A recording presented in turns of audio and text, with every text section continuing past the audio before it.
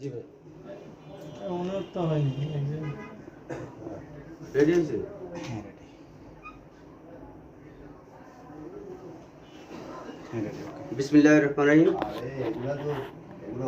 প্রিয় রামগঞ্জবাসী এবং সম্মানিত রামগঞ্জ উপজেলার কাউন্সিলর বৃন্দ, আসসালামু আলাইকুম। আগামীকাল 20শে সেপ্টেম্বর শনিবার রামগঞ্জ উপজেলার প্রতিনিধি নির্বাচন এবং কাউন্সিল অনুষ্ঠিত হবে। রামগঞ্জ উপজেলার 710 জন কাউন্সিলর বৃন্দর কাছে আমি সকলের শুভেচ্ছা অভিনন্দন জানাই। অনেকের কাছে আমি যেতে পারিনি, অনেকের কাছে সরাসরি উপস্থিত হতে পারিনি, টেলিফোনেও অনেকে পাওয়া যায়নি। সেই জন্য আমি সকল কাউন্সিলর বৃন্দর কাছে বিনীতভাবে অনুরোধ করব, আগামীকালকে উপস্থিত হয়ে আপনারা আপনাদের মতামত ব্যক্ত করবেন। আমি বিভিন্ন দীর্ঘ 45 বছর রাজনীতি করি, অত্যন্ত ত্যাগ স্বীকার করেছি, বহু মামলা হামলার শিকার হয়েছি। বিগত ফ্যাসিস্টের আমলে আমি প্রতিটি জাতীয় কর্মসূচি পালন করেছি, রাজপথে থেকে প্রতিটি আন্দোলন সংগ্রামে আমি জড়িত ছিলাম।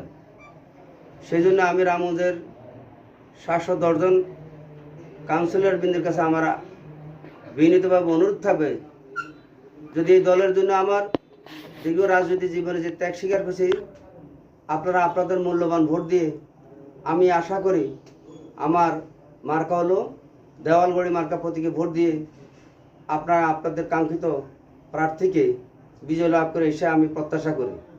সর্বশেষ একটা কথা বলতে চাই, 5 তারিখের পরে আমরা অনেককে দেখেছি রাজপথে, কিন্তু 5 তারিখের পরে তাদেরকে দেখা যায় নাই।